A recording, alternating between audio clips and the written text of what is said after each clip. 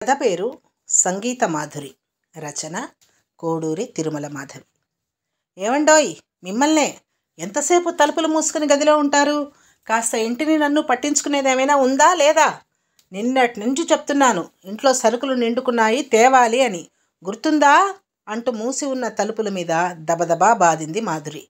లోపల నుండి ఎటువంటి జవాబు లేదు.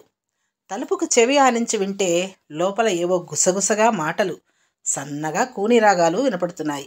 వళ్ళు మండిపోయింది మాధురికి. ఈ మధ్య మాధురి భర్త సుబ్బారావుది ఇదే వరుస అయిపోయింది. ఎప్పుడు చూసినా గది తలుపులు బిడాయించుకుని 24 గంటలు ఫోన్ చేత్తో పట్టుకుని కబుర్లు, కాలక్షేపాలు, పాటలు, ఆటలు ఒకటేమిటి, బయట ప్రపంచాన్నే మర్చిపోతున్నాడు. ఈ వ్యవహారం అంతా గమనిస్తున్న మాధురి ఇంకా భరించలేక, సహించలేక, మీకు నేను కావాలో ఆ సంగీత కావాలో తేల్చుకోండి అని అరిచింది అసహనంగా. దాంతో సుబ్బారావు, నాకు ఇద్దరూ కావాలే, మీ ఇద్దరితో ఉన్న మాధుర్యం వల్లే కదా నా జీవనం ఇంత మధురంగా సాగిపోతోంది అన్నాడు. ఆహా, ఆ పప్పులేవి నా దగ్గర ఉడకవు. మీకు నేను కావాలో అది కావాలో ఇప్పుడే తేలాలి అంది మాధురి. అయితే పగలు నువ్వు కావాలి, రాత్రి అది కావాలి అన్నాడు సుబ్బారావు. అదెలా కుదురుతుంది? ఉంటే నాతో ఉండు, లేకపోతే దాంతోనే పో అంది మాధురి. పగలంతా నీతోనే ఉన్నా సాయంత్రం అయితే దాని దగ్గరికి పోవాలనిపిస్తుందే అన్నాడు సుబ్బారావు. అట్లాగైతే అక్కడే తగలడు, ఇంకా నా జోలికి రాకు అంది మాధురి. ప్లీజ్ మాధురి, నా బాధ అర్థం చేసుకో, నా మీద దయచూపు. నా సంగీత లేకుండా నేను ఉండలేను. ఒక్కరోజు తనతో మాట్లాడకపోయినా, తనతో పాట పాడకపోయినా నాకు తోచి చావదు. నాకు నువ్వంటే ఎంత ఇష్టమో, సంగీత అంటే అంతే ప్రాణం. నన్ను అర్థం చేసుకో బంగారం అంటూ బ్రతిమలాడుతున్న సుబ్బారావును చూస్తూ మాధురి, చచ్చినా కుదరదు. 2 కత్తులు ఒక వరలో ఉండలేవు. ఎంతసేపు మీ సమయం అంతా దానితోనే గడిచిపోతోంది. నాతో ఒక మాట లేదు, మంతి లేదు, ఒక సరదా లేదు, సంబరం లేదు. ఇంకా మీకు నాతో పనేముంది చెప్పండి? ఇంకా నేను మీతో ఉండలేను.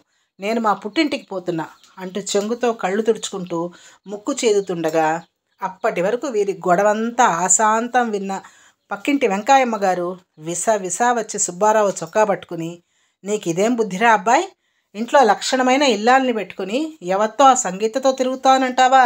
నీకు ఇదేం పోయే కాలం అనగానే ఆవిడ మాటలకు సుబ్బారావు, మాధురి ఇద్దరూ కంగు తిన్నారు. ఇంతలో సుబ్బారావు తేరుకుని, అయ్యయ్యో పిన్నిగారు, మీరు అనుకున్నట్టు ఇక్కడేమీ జరగలేదండి. నాకు నా భార్య మాధురితో తప్ప ఇంకెవరితోనూ ఎటువంటి సంబంధాలు లేవు. నా భార్య చెప్పిన సంగీత మరెవరో కాదండి, నేను ప్రతిరోజు పాటలు పాడే మా పాటల గ్రూప్ పేరు అని చెప్పగానే మాధురి కూడా, అవునత్తయ్య, ఈ మధ్యనే ఈయన ఫ్రెండ్ ఎవరో చెప్పారని ఆ దిక్కుమాలిన పాటల గ్రూప్లో చేరారు. ఇంకా అప్పటి నుంచి ఎప్పుడు చూసినా ఆ పాటల గ్రూప్లోనే మునిగి తేలుతుంటారు. ఎంత చెప్పినా వినరు. ఎప్పుడూ ఆ సంగీత గోలే. ఇంటిని నన్ను అస్సలు పట్టించుకోవడం లేదు. ఎంతసేపని ఒక్కదాన్ని కూర్చుని కాలక్షేపం చేసేది చెప్పండి? విసుగు పుడుతోంది. అందుకే ఈరోజు తాడో పేడో తేల్చుకుందామని ఆయనకు నేను కావాలా లేక ఆ సంగీత కావాలో తేల్చుకోమన్నాను అనేసరికి, మీ ఇల్లు బంగారంగాను, ఇదే సంగతి, మీ గొడవ చూసి నేను వేరేదో సవతిపోర అనుకొని కంగారు పడ్డాను గదే తల్లి అంటూ నా వైపు తిరిగి, ఇదిగో సుబ్బారావు, ఇప్పటికైనా ఆ సంగీతతో నీ సహవాసం కాస్త తగ్గిస్తే మంచిది. మాధురితో నీ సంసారం బాగుంటుంది, ఆలోచించుకో అనగానే, అలాగే పిన్నిగారు, నాకు బుద్ధి వచ్చింది అంటూ లెంపలేసుకుని మాధురి కొంగుచాటుకు చేరాడు సంగీత ప్రియుడు సుబ్బారావు. శుభం. నా కథ మీకు నచ్చినట్టయితే లైక్ చేయండి, షేర్ చేయండి, సబ్స్క్రైబ్ చేయండి.